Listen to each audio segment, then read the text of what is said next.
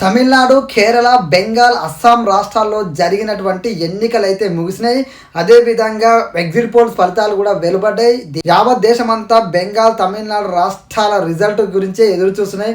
ముఖ్యంగా తమిళనాడు విషయానికి వస్తే హీరో విజయ్ పార్టీ పెట్టి మొదటిసారి ఎన్నికలకు పోయిండు. ఆయనకు సంబంధించినటువంటి టీవీకే పార్టీ ఈసారి గెలిచి అధికారాన్ని చేపట్టబోతుందని చెప్పి ఆయన అభిమానులు కొంతమంది తమిళనాడు ప్రజలు చెబుతుంటే ఈ ఎగ్జిట్ పోల్స్ ఫలితాలు కూడా వెలువడ్డాయి. మరొక వైపు బెంగాల్ గడ్డ మీద ఈసారి ఎగిరేది కాషాయం జెండా అని చెప్పి దేశ ప్రధాని నరేంద్ర మోడీ గారు, అదేవిధంగా అమిత్ షా గారు నేను ఇక్కడే 15 రోజులు ఉంటా, ఈసారి గెలిచేది బెంగాల్ గడ్డ మీద బీజేపీ జెండానే అని చెప్పి గంటా బదించి ఆయన చెప్పిండు. మరొక వైపు ఈ తమిళనాడు విషయానికి వస్తే మాత్రం టీవీకే విజయ్ అధికారంలోకి వస్తానని పెద్ద ఎత్తున సోషల్ మీడియాలో ప్రచారం జరిగింది. మన అందరూ తెలుసు. మరి ఎగ్జిట్ పోల్స్లో ఎవరు గెలిచిరు అనేది విషయానికి వస్తే హేమంత్ బిశ్వ శర్మ ఈసారి ఓడిపోతాడా, మళ్ళీ అధికారంలోకి వరుసగా వస్తాడా, అసలు బీజేపీ అస్సాంలో గెలుస్తుందా అని చెప్పి యావత్ దేశం అంతా ఎదురుచూస్తుంది.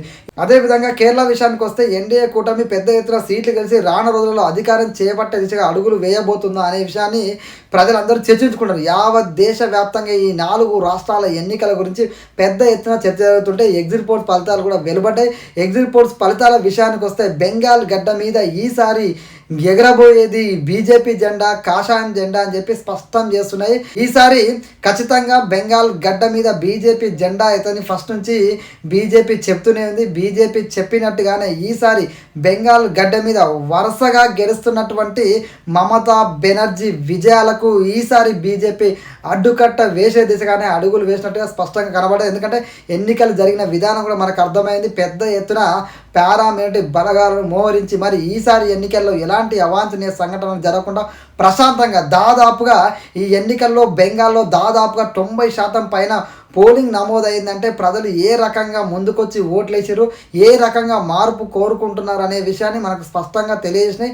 ఆ మార్పు ఏ విధంగా ఉండబోతుంది అంటే ఈసారి బీజేపీ బెంగాల్ గడ్డ మీద జెండా పాతబోతున్నట్టుగా ఎగ్జిట్ పోల్స్ ఫలితాలు అయితే స్పష్టంగా తెలియజేసినాయి. మరొక వైపు తమిళనాడు విషయానికి వస్తే హీరో విజయ్ మొదటిసారి పార్టీ పెట్టి జనాలకు వేయడు, విపరీతమైన క్రేజ్, అనేక రకాల అవమానాలు, అనేక రకమైన ఆరోపణలు వచ్చినా కూడా ఆయన తన క్రేజ్ ఏ విధంగా ఉందో ఆ క్రేజ్ తోటి ప్రజల మనలు ప్రజలందరినీ ఆ సినిమా పరంగా ఉన్న అభిమానులందరినీ ఓటు బ్యాంక్గా మార్చే ప్రయత్నంలో ఆయన బలమైన ప్రయత్నం చేసిండు. ఆ బలమైన ప్రయత్నం ఈ రోజున అధికారంలోకి రాబోతుందా అంటే ఎగ్జిట్ పోల్స్ ఫలితాల్లో మాత్రం ఈసారి మళ్ళా రాబోయేది స్టాలిన్ పార్టీ డిఎంకే అని చెప్పి స్పష్టం చేస్తున్నాయి. అదేవిధంగా ఎన్డీఏ కూటమికి 60 నుంచి 65 స్థానాలు రావచ్చు అని చెప్పేసి ఈ ఎగ్జిట్ పోల్స్ ఫలితాలు చెప్తుంటే మరొక వైపు విజయ్ పార్టీ కేవలం 10 నుంచి 15 సీట్లు మాత్రమే గెలుస్తాయని చెప్పి ఎగ్జిట్ పోల్స్ ఫలితాలు చెప్తున్నాయి. నిజంగా అందరూ విజయ్ ఈసారి అధికారంలోకి రాబోతున్నట్టుగానే మాట్లాడుకున్నారు. ఎందుకంటే విజయ్ ఎలక్షన్స్ ముందు కూడా ప్రతి ఒక్కరు ఓటు హక్కు వినియోగించుకోవాలి అంటే దాదాపుగా 82 నుంచి 84% ఓటింగ్ అనేది తమిళనాడులో నమోదైందంటే ఖచ్చితంగా ఇది మార్పుకు సంకేతం అని అందరూ భావించారు. కానీ ఎగ్జిట్ పోల్స్ ఫలితాల విషయానికి వచ్చేసరికి మాత్రం ఈ విధమైన ధోరణి కనిపిస్తుంది. కేవలం 10 నుంచి 15 స్థానాలే గెలుచుకోబోతున్నట్టుగా విజయ్ అనేది చెప్తున్నారు. మరొక వైపు అస్సాం విషయానికి వస్తే అస్సాంలో ఈసారి మళ్ళా ఎగిరేది కాషాయం జెండానే. ఈసారి మళ్ళా హేమంత్ బిశ్వ శర్మ బీజేపీ పార్టీ గెలవబోతున్నట్టుగా ఎగ్జిట్ పోల్స్ ఫలితాలు అయితే చెప్తున్నాయి. కేరళ విషయానికి వస్తే ఎగ్జిట్ పోల్స్ ఫలితాల్లో కేవలం 0 to 5 సీట్లు మాత్రమే ఎన్డీఏ కూటమి గెలవబోతున్నట్టుగా చెప్తున్నాయి. అసలు ఇది కూడా గెలవడం అనేది గ్రేటే. ఎందుకంటే కేరళలో బీజేపీ పుంజుకోవడం, బీజేపీ అడుగు వేయడం అనేది అంత ఈజీ ముచ్చట కాదు. కానీ ఈసారి బీజేపీ 0 to 5 సీట్లు గెలవబోతున్నట్టుగా చెప్తున్నారు. ఒక పునాది అయితే వేయబోతున్నట్టుగా మనకు అర్థమవుతుంది.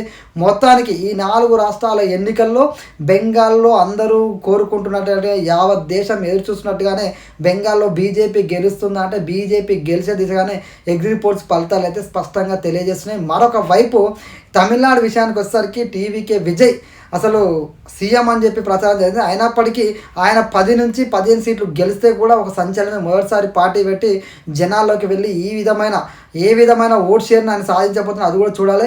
ఇన్ని సీట్లు గెలవడం అనేది కూడా ఒక చరిత్రే అవుతుంది.